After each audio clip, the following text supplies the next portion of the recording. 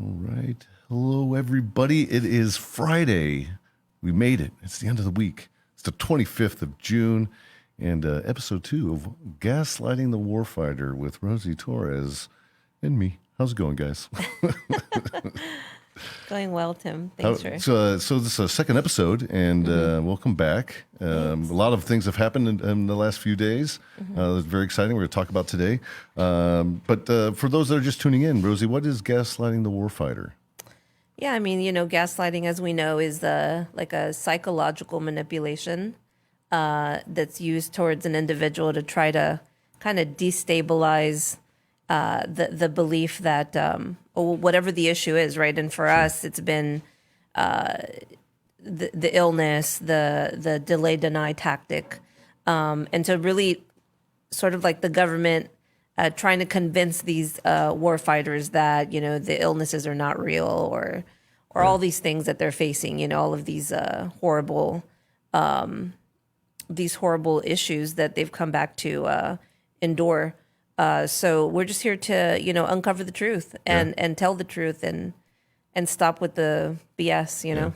I'll tell you that I've had that exact relationship with the VA my entire my entire post-service relationship, and I would imagine that everybody else out there has very similar experiences as well. But so this show really came out of the idea of toxic exposure, burn pits, and how it's affecting our community of warfighters, most specifically the global war on terrorism veterans. That is a community of about 3.5 million, right. And with the legislation that is going up on Capitol Hill to reform a lot of what is going on with the VA, who's frankly just unsuited for the needs of the global war on terrorism veterans. This would allow and really open the doors for veterans that are suffering from these types of illnesses, which we've identified through the Warfighter Bill, sponsored by Gillibrand, 24 different cancers. Yeah. I mean, thank you for the platform. I mean, it's really. You've opened up this whole world for the warfighter and their survivors to be able to tell their side and tell their journey and share that journey with the world to help them understand like what are these things they're battling and I think they have felt silence for so long. I know for our family it's been that whole issue of gaslighting where you start to question yourself is it us? Am I really sick, right? It's all those things. So thank you for giving that platform to the veteran community and their families to be able to learn and educate and receive the tools they need to navigate their lives from here on forward. Absolutely. And I mean, that's really what Grunt Style is here to do, right? Yeah. We built this incredible platform and, using it for the powers of good, right? How can we influence and change the things that are happening within our community to provide a better life? And, I think it's personal for me in many respects, with having lost my CO, my XO, my best friend, all to cancers that are listed there and from the burn pits that we were exposed to.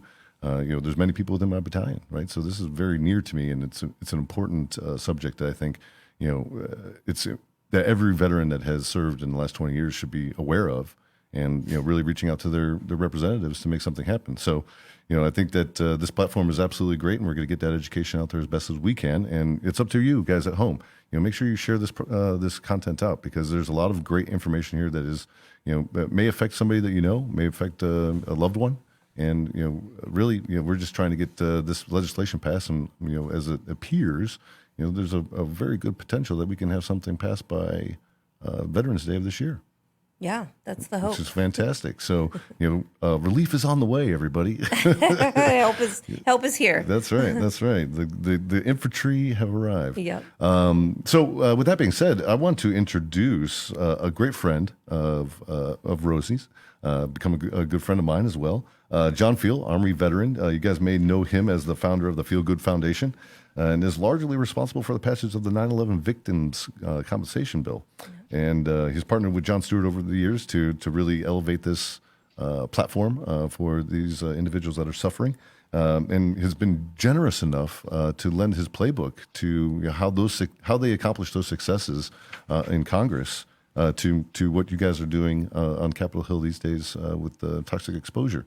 So he's been an incredible advocate for the veteran community, and I want to introduce our friend John Field. Welcome to the show, my friend.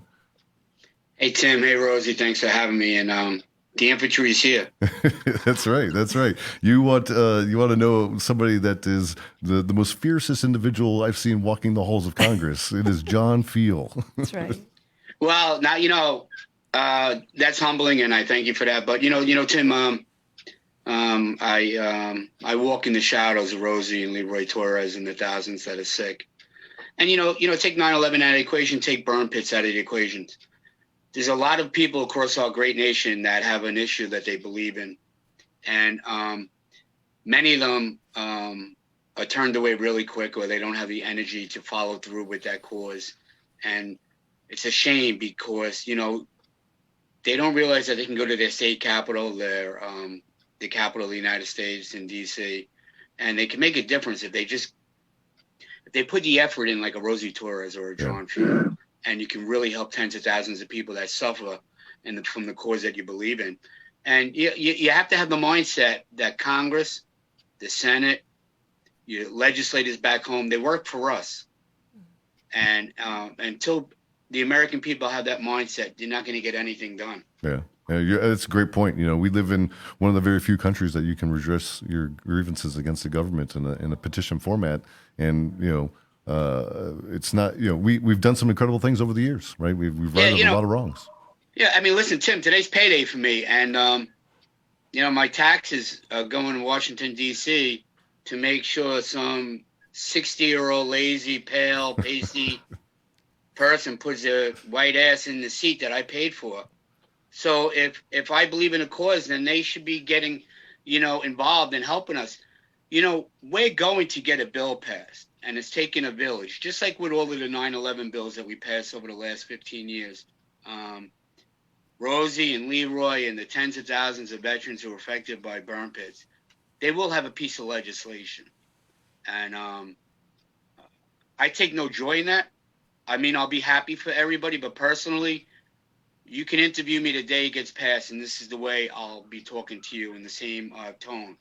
Because too many people suffered. Too many people waited to get this help. And, yesterday's hearing, we predicted that. We knew what would happen. It was a straight up and down. Everybody voted on their party line, and that's disturbing. Yeah. For those who come up with excuses like, let's wait 90 more days, let's give the VA another chance to do more studies. That's from the playbook of 101 of stall, delay, and hope more people get sick and die. Right. That's, we cannot continue to use 9/11 or Veterans Day as political speaking points for the constituents to say thank you for caring, when your body of work doesn't match the words that you're spewing out or tweeting. Yeah. And people need to hold people's feet to the fire. And, when Rosie came to me and John 2 years ago, I saw me 17 years ago. And I didn't have the Feel Good Foundation to help John feel. I had to learn. And I'm still learning. And from where we were 2 years ago to watch Rosie evolve, I've had a front row seat to all of this. And while I'm involved and I'm doing what I can to help Rosie and Leroy and Burn Pit 360 and everybody else, I've seen this tenacious mother and wife literally carry this issue on her shoulders. And there's not enough Rosie Torreses in this country. Yeah, you're absolutely right. My wife and I shared this with Rosie before, we look at Rosie as, that Rosie the Riveter of the 40s, right? That has taken on the burdens of the country and is going to grind it through to make it work. And absolutely incredible person, and someone I'm proud to be on this path with. But you mentioned something I think that we really want to. We got a bunch of questions for you, but going back to what you mentioned about the bill coming out of committee yesterday, I think it's pretty important that we just touch on that for a little bit. So Representative Ruiz, has been working on this project from the House side, and really the idea has been we want to get as many of the cancers that have been identified, and we believe there's 24 of those to be attached into the Honoring Our PAC bill that is probably the most favorable bills that are on the floor right now that will have the greatest impact in our community. Could you just lend a little bit of some of the basics for everybody out there? What does that really mean for the progress of the bill, and what milestone did we just achieve? Yeah, well, I don't recall any bill over the last decade coming out of a committee like this. So, and again, kudos to Rosie, because it's Rosie that spearheaded this. Back in 2010, when we got our bill passed the first time, we had no cancers added. And then a year later, we got 4 cancers added. Now we have 68 cancers added under our 9/11 bill, because science finally caught up to us and gave us validity. Mm-hmm. So when the opposition now says there's no science, that's disingenuous, because the science is there. The 9/11 is the model for this bill that we're fighting for now. So even the AMA and the VA, who they use, theirs is inconclusive. They've already admitted that publicly. The science is there. So let me break it down, because if you don't have a PhD and you didn't go to medical school and you couldn't afford to go to college, this is simple stuff. Jet fuel causes cancer.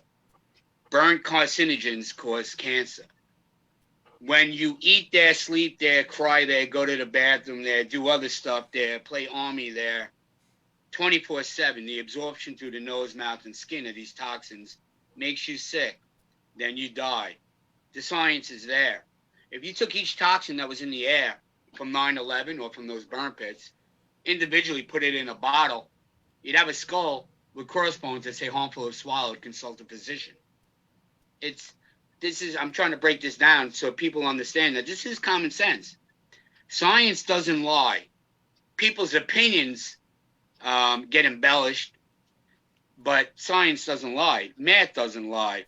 And these men and women who protect us 24/7 were exposed to those toxins. And now many of them are sick and many have died. Mm-hmm. And that's why we're involved, and that's why we're passionate about this. When Rosie came in Access for Health, I could have said no. But then that would make me a hypocrite, because I just spent the last 15 years of my life fighting for people affected by toxins. So why not go another couple more years? And if somebody else comes up with another issue after this, then, I figure I'm going to live to about 140. So I have bills left in me. You certainly have the tenacity. Yeah. Well, I mean, Tim, I'm the easiest going guy. In my mind, I'm the most generous person I know. But when I see people in position of power to help, that have the ability to help, and they don't help, something just clicks, and I become a totally different person. And it pains me to see those who protect us from harm's way be lied to like that, to be discarded so quickly, to come home and get 10 minutes of glory from their members of Congress or the Senate in their towns, and then left to die. Right. It's just not my norm. It's just something I cannot wrap my arms around, nor will I accept, nor will I tolerate. Absolutely. Let me ask you this question. Why are there so many different bills? Right? When we first got onto this path, there was only 2. Now there's 17, 20. Who even knows what the number is? Yeah. What are some opinions on that? Remember back in high school when you had a party and you invited everybody, but only 2 people showed up? Right. And then the following week you had another party, but you got the really hot girl from the school to show up, and then everybody wanted to come to your party. Yeah. And, Washington, D.C. is territorial. They're egotistical. And Washington, D.C. in Congress is a 2-year cycle. A lot of people will jump on bills to further their career. And let's not kid ourselves. A member of Congress or the Senate is only as good as their staffs. Right. And a lot of them are in battle states and swing states, and they have tough elections coming up.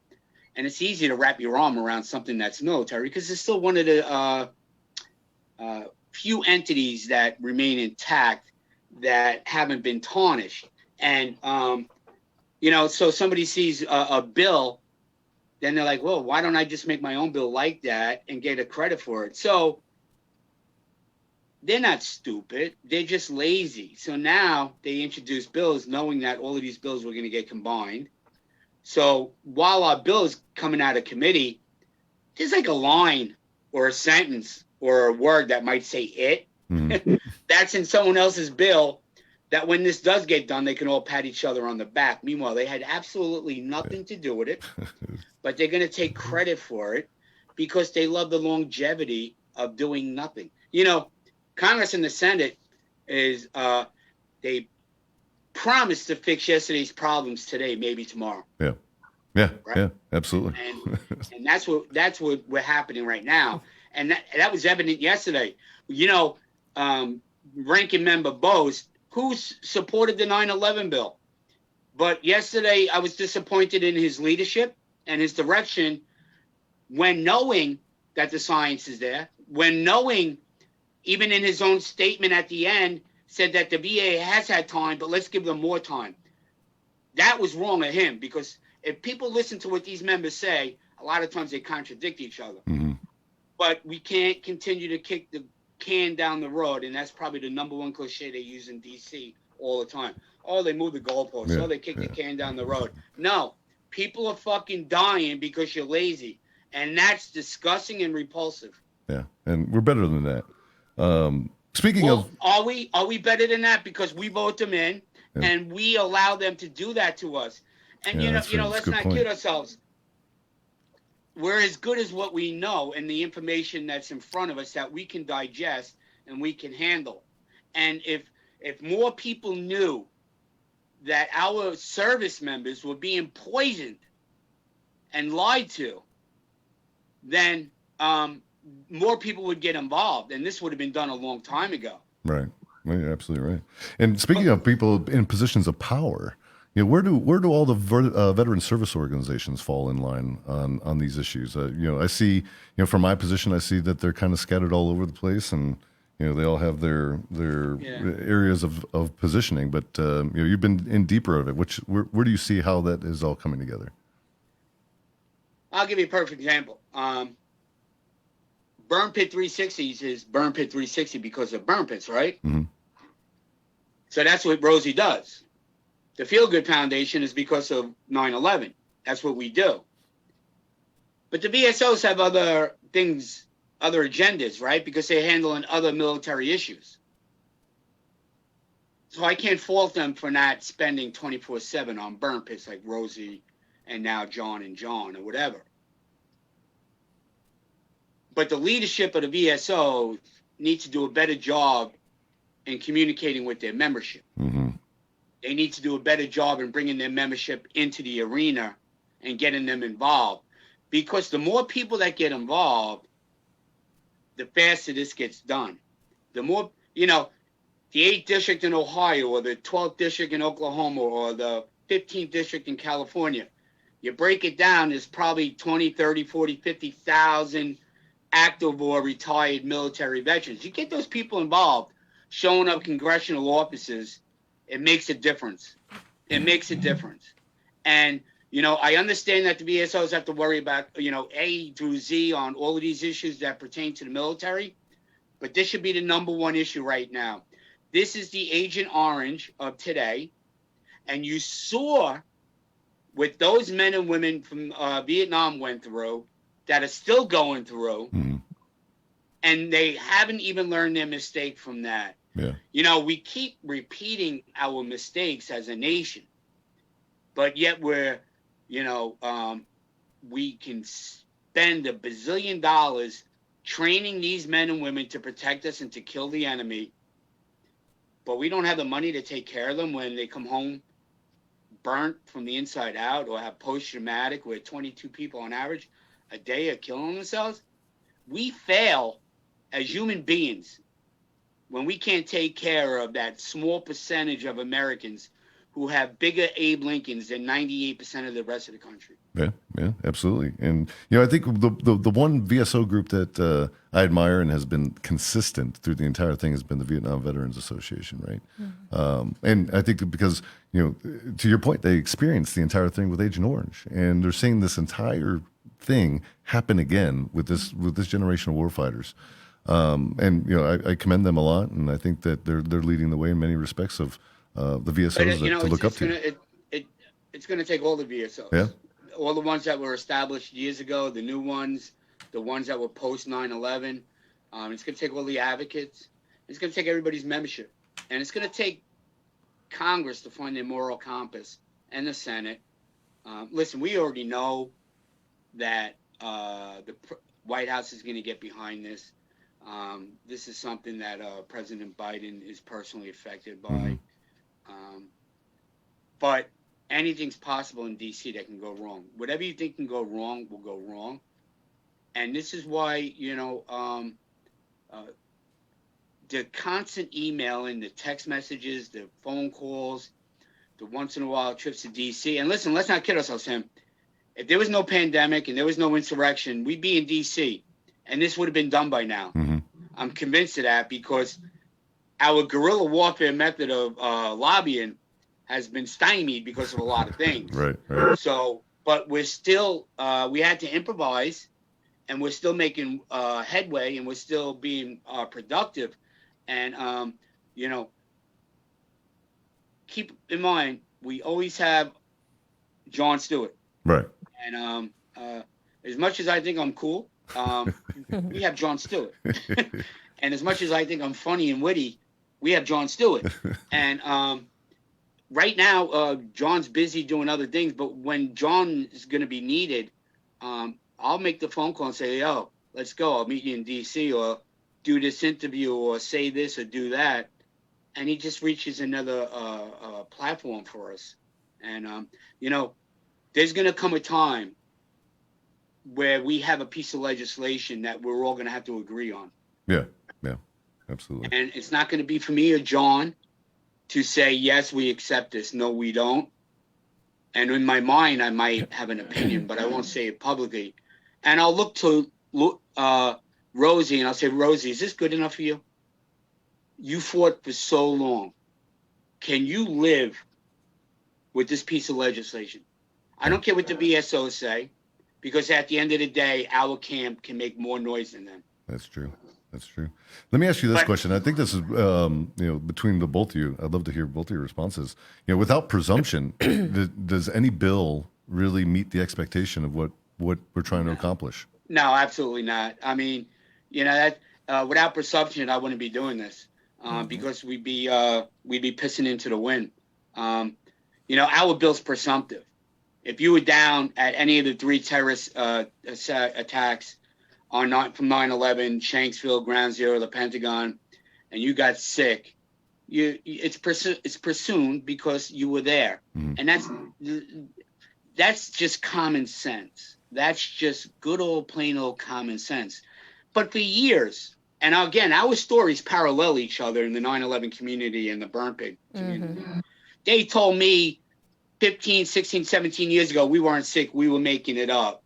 And I told everybody people were sick and dying, and they told me I was crazy. I was a loose cannon.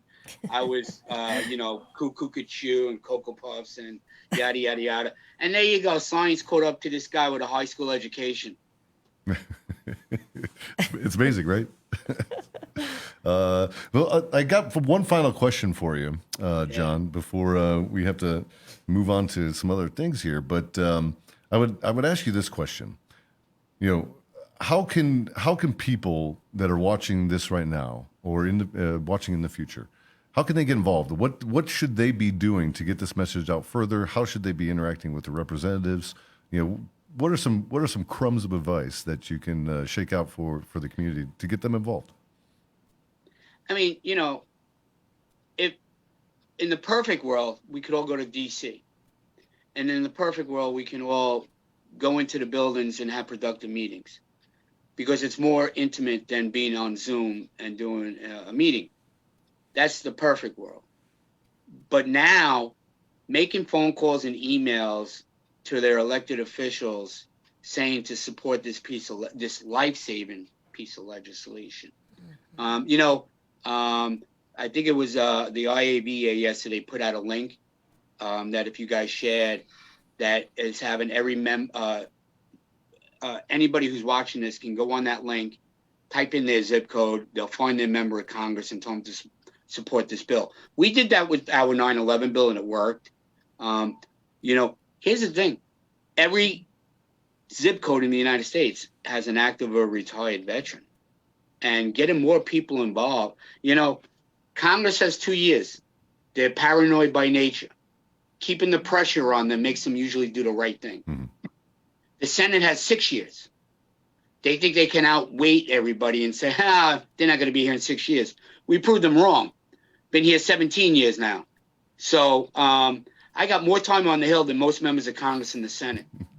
And we're here for the long haul with Rosie and Leroy and the tens of thousands of soldiers that protected me while I was going to D.C. and kicking the snot out of the Senate and the Congress. So I'm repaying. Tim, we got a bad habit as a nation, and it's not done maliciously and it's not done evil with evil intent. But we always say when we see somebody coming home in the airport in a uniform, we say, thank you for your service. I mean, it's the right thing to do. That's why we're programmed. Mm-hmm. But we should take it a step further. Thank you for your service. Thank you for your sacrifice. What can I do to help you? Right. What can I do to help your transition back into society? Mm-hmm. What can I do to ensure that you and your family will have a roof over your head and the proper health care from you being lied to and affected by toxins, or you losing a limb, or you having a head injury from an IED? What can I personally do to get involved to help you? Please let me know. And if everybody had that attitude, we can actually then be the greatest fucking nation in the world. That's right. That's right. Well, John, I mean, I am a big fan of your wisdom and your advocacy. It is very apparent that you're an incredible patriot, incredible veteran, you're an incredible asset of this nation and the things that you do for all Americans. And, I'm just proud to share space with you, share time with you, and be on this path with you and as well with Rosie. And I appreciate your time today, and thank you for the education. I think there's some great things in there for our audience to latch onto and really, go to work, get out there and make some noise. Thank you for having me. And, I look forward to the day where I get to shake Rosie's hand and say thank you for allowing me to do this with her. Thank you, John. It means so much. Well, thank you very much, John. And you guys have a great day. For everybody out there, make sure you check out John Fuel Foundation. You can go to their website. They've got an incredible resource management tool there, so it gets you everything you need to know in regards to getting up to speed on anything. If you're not familiar with the 9/11 Victims Commission compensation, so you get anything there, and then we'll see you around, John. Bye, guys. See you soon. Thanks, my friend. Man, I love John. Me too. He gets things riled up. Yeah, I mean his passion it just bleeds and permeates through everything that he's touching, and there couldn't be a better advocate for what we're trying to get accomplished. Yeah, everyone gets nervous when he shows up in Washington. So. Yeah. And he does know that place like the back of his hand. Like, he's handing out maps. Everybody's like, "You're not gonna need this. Just follow me." But it's good to know. That's right. Good to know. So moving on. One of the things that we are really proud about, and I wanted to give you an opportunity to really talk about that with the community, is the Warrior Hope Network. Yeah. And some of the incredible things that are happening down in Arizona. I've been following the email chains and talking with Will and the incredible stuff. I've been bragging to the people in my network of the things that are going on. But please share with everybody at home what the Warrior Hope Network is. Yeah, I mean, look, Tim, there's we have this registry of people that continue to register and self-report their data, their illnesses, and many times for the families, their deaths. And although it's been an honor to walk alongside these heroes and their families in Washington, pushing for historic, life-changing legislation.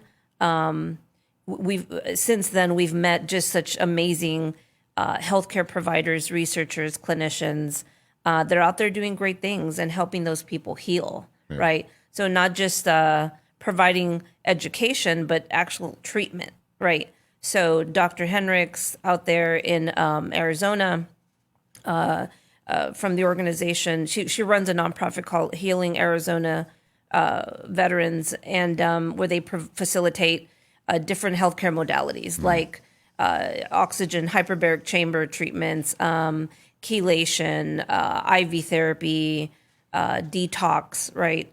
And you've seen the success stories coming from that. So our mission is to create a network of all of those providers all over the United States, and hopefully have them replicate her protocol so that we can begin treating these veterans now, as opposed to waiting on the VA to decide when they'll develop some specialized healthcare model. Right. That's not going to happen anytime in the near future.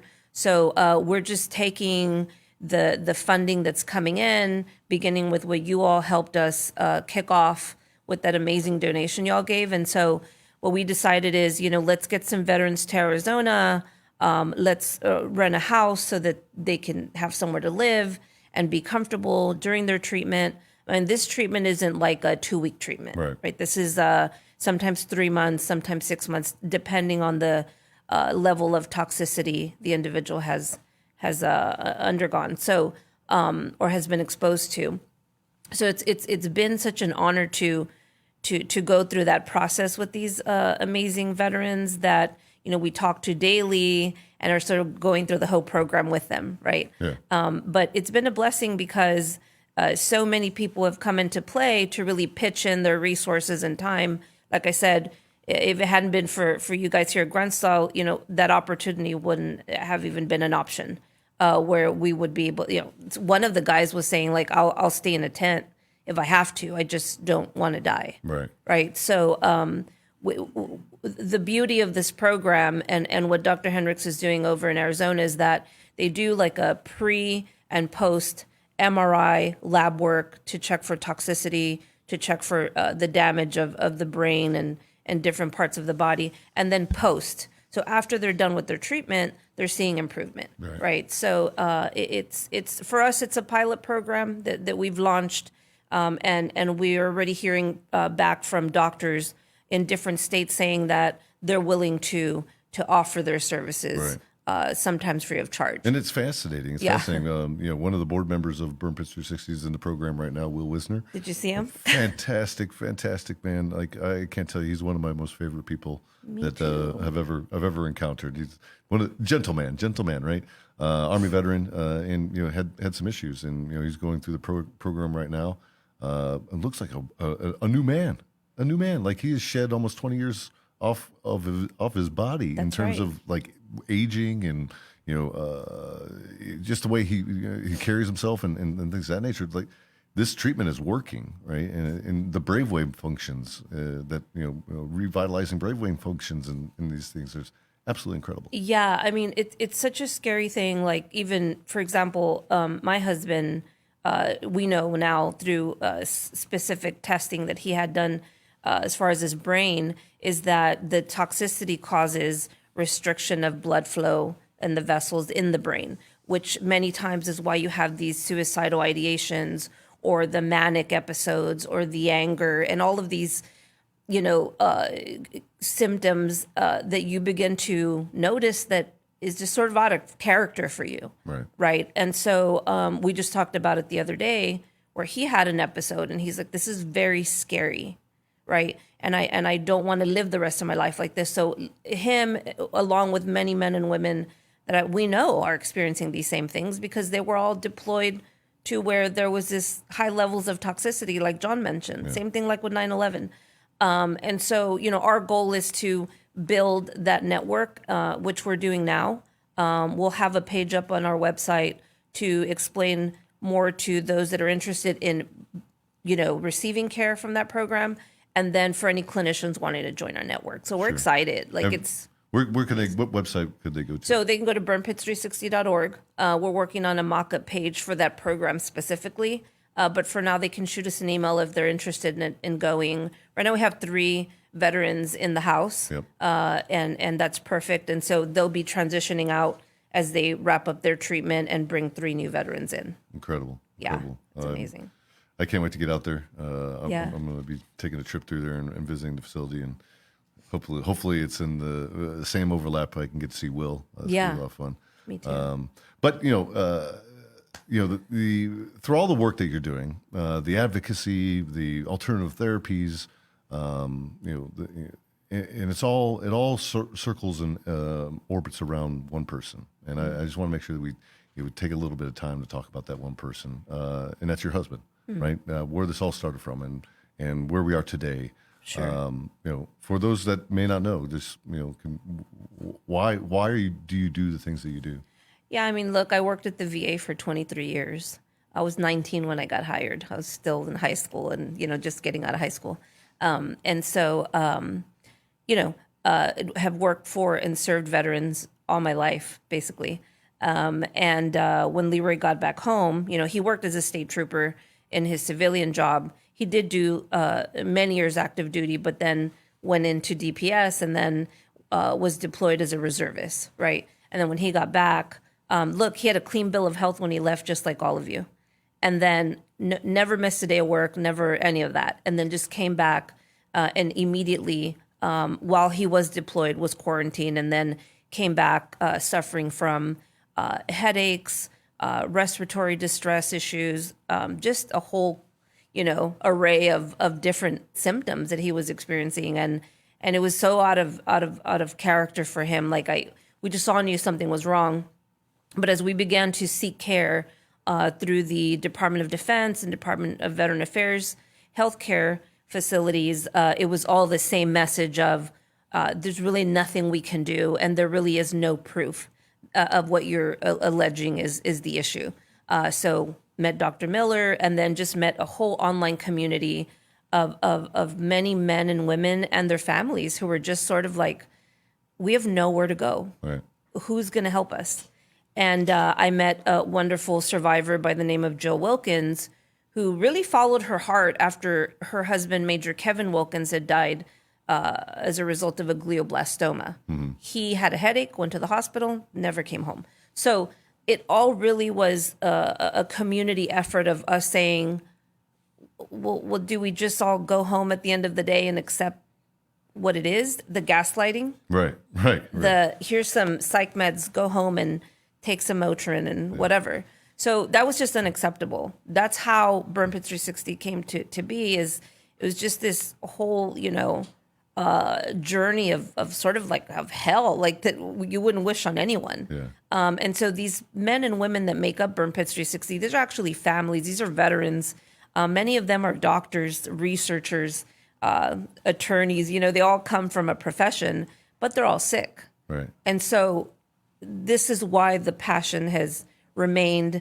For many years, we had no funding. We funded it out of our pocket. We worked out of our house for years. Right. So we're grateful to our community for, donating the building we're in now and all that. And then just thankful to Grunt Style because, you all took it up 100 notches for us. There's so many topics to cover, Tim. There's so much need. If you look at the data in our registry, you'll see that so many people are just so desperate to find answers for many, many issues. Yeah. So being able to have a platform where they can learn, listen, and take something from this conversation we have is life-saving many times, believe it or not. Absolutely. And you got a lot more people in your corner, Rosie. You're probably wondering what these two gentlemen that are sitting over in the blue room have been doing. And I'm sure you know who they are. I'd like to introduce them really quickly. So it's the gentleman of the local establishment here in San Antonio, Back Unturned. Why don't you come on the show, my friends? We got a little surprise for you. Awesome.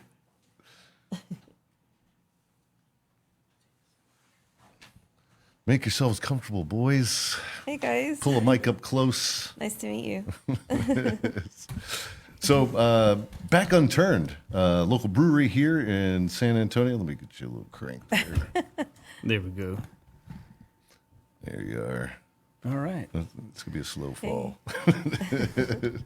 Local brewery here in San Antonio, Texas. They have started brewing a grunt style beer, which has been fantastic. If you haven't seen it on our social media, go check that out.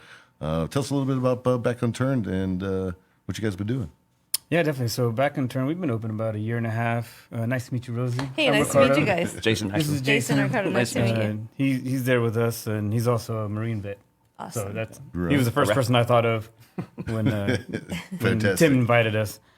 But we've been open about a year and a half. Back in 2015, I came up with the idea to do this, and long story short, my wife gave me the blessing and named it Back on Turn because it's the dream that I didn't turn my back on, and I want to inspire others to be able to do the same, for the passions that they've got, and Right. with what you're doing with Burn Pitch 360 and with what Tim does and Grunt Style does.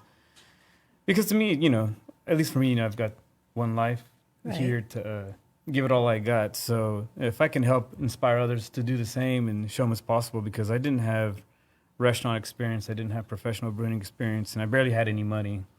So a lot of learning curves there, and then ended up through here at Grunt Style because Tim and some of the other guys here from Grunt Style would frequent the establishment. So we just got into conversation and came up with the idea of the Grunt Style beer. And emailed it to him, and he was like, "Oh man, this is awesome." I was like, "Oh, okay, cool." So when we did it, he's like, "All right, let's do it, but let's do it to something that like a foundation or charity we can benefit." And Yeah. so for me, looking back, I wish I had served, and I didn't. So now it's like, what can I do for our service members? So in the people that I can get behind that I trust, then I'll pour into it, and these are these guys and you guys, and when I've got folks here like Jason that made sacrifices to go overseas and get deployed, and just so we can be over here and have our freedom. I really, really appreciate that. So that's the gist of that. And so thanks again for having us on the show. Appreciate Absolutely, it. Yeah, absolutely. yeah. Hey, Jason, who'd you serve with, bro? What's that? I was supply. Supply. I was a box kicker. All right. Okay. Well, everybody in the Marine Corps is infantry. I was on the 15, and so it's 2 deployments. So, yeah. Right on. That's great. That's great. Well, welcome to Grunt Style, I man. appreciate it. Yeah, no, I appreciate you guys, the community. Absolutely. I'm so glad Ricardo steps in and you guys get in touch and helping y'all out and doing your part. I think it's a great deal. Absolutely. And we want to continue doing that. So. It's fantastic. So, well, as Ricardo had mentioned, what we had done when we partnered on this beer was we wanted to give back to our community in some way, right? And we started talking about that, and we were like, well, let's because of the situation and the things that Burn Pitch 360 is doing, what do you think about this? Everybody loved it. And we had determined that a portion of those sales would go to the Burn Pitch 360 501c3. Right. So we invited them here today to share the first. As I understand it, we have liquidated the first round of Grunt Style beer. It'll be back. It'll be back. We'll brew it again. We did our first batch, and it was very successful. And so basically for every beer that we sold, $1 is going towards Burn Pitch 360. Awesome. And then we're going to do it again, and we'll keep doing it. Yeah. That's awesome. Thank you. I know for the families and the veterans affected, John mentioned it earlier, for some, it's too late, right? The time it was not on their side. And so many are now gone. But we still help those families, and we're still here to help any veteran that we can. So that's greatly appreciated. Please know that from the bottom of our hearts, and everyone over at Burn Pitch 360. Thank you. And know that the money's going to all great things. What they're doing with alternative therapies and wellness down in Arizona, you heard it. It's fantastic. So how much are we talking about here, boys? So with the first batch, we sold approximately 1,700 beers out of that. So $1,700 check. Awesome. Thank you going so towards much. Burn Pitch 360. And it's kind of weird because, for me, I'm like, I don't know, is that a lot of money? Not a lot of money. But we're so small that for us right now, it's a lot. But eventually, I can't wait until we get big enough to where we can cut big checks, to where it's like, sponsor whatever it may be. So Yeah. No, thank you. I'm telling you, every penny counts. To think we were back in the day, like what you said, you didn't have the money, right? It's like we all just kind of put whatever we could that was in our pocket. Yeah, you gotta start from somewhere. Right, but to know that these donations are saving lives, that's really what means the world to us, So this is definitely a huge thing. So thank you. No, for sure. Yeah, appreciate you guys and what y'all are doing. Honestly, it's what you guys are doing. To be honest, we're just trying to help contribute. Right on. Awesome. Right on. Well, I can't ask for better partners. here in the San Antonio area. Back Unturned, the best brewery in San Antonio, I have to say. And the Appreciate pizza is that. fine as shit. So if you're ever in the San Antonio area, check them out and make sure you ask for the Grunt Style beer. Gents, I appreciate everything you guys do. You're a credible asset to this community. Everything that you guys do, it's all heartfelt, and what you do for the community is most important. That really defines what you are as a person and as a business. And that's what we're here for. absolutely. So I think that's going to be it for us today. Episode 2 of the Gaslighting The Warfighter. Awesome. So you can check us out in the future. We're going to be the first and last Thursday of every month. Will be episode 3 is coming up here. So we'll see you again all very soon. Hope you guys got a lot of the information out of this show. There's a lot of things to cover here and a lot of important things to share with your friends and family that this may affect. So make sure you get this information out and visit Back Unturned if you're in the San Antonio area. Come by Grunt Style anytime you like. The retail shop is always open. And we'll see you all very soon. And thank you again, Rosie. Thanks, Tim. Your new name, Rosie the Neo Riveter. I need a shirt. There you go. All right. Thanks, Tim. Thanks for having us. See you guys next time. Cheers. Bye-bye.